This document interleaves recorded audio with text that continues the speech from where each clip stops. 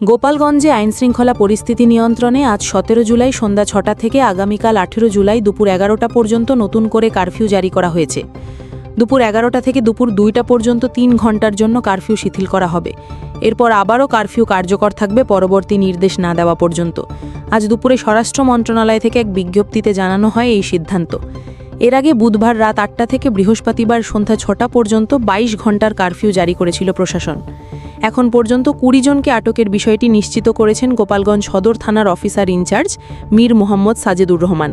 তিনি জানান, বুধবার রাত থেকে বৃহস্পতিবার সকাল পর্যন্ত টানা অভিযানে আটক করা হয়েছে এই ব্যক্তিদের। তাদের বিরুদ্ধে মামলার প্রস্তুতি চলছে। গোপালগঞ্জের জেলা প্রশাসক মোহাম্মদ কামরুজ্জামান জানিয়েছেন, বর্তমানে পরিস্থিতি নিয়ন্ত্রণে রয়েছে। তবে সংঘর্ষের পর থেকে রাজধানী ঢাকার সঙ্গে গোপালগঞ্জের যোগাযোগ কার্যত বিচ্ছিন্ন।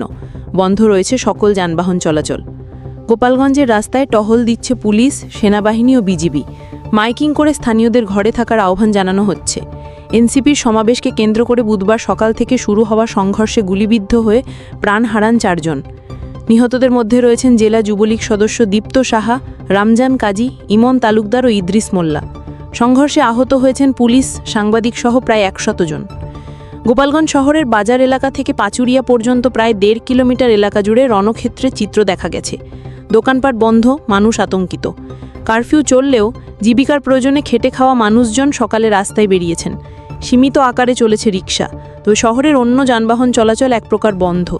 এই পরিস্থিতিতে স্থানীয় আওয়ামী লীগ ও সহযোগী সংগঠনের অনেক নেতাকর্মী গা ঢাকা দিয়েছেন।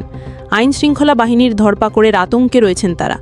দেশজুড়ে উদ্বেগ, আতঙ্ক আর অনিশ্চয়তার এই সময়ে গোপালগঞ্জের পরিস্থিতির দিকে তাকিয়ে রয়েছে পুরো দেশ।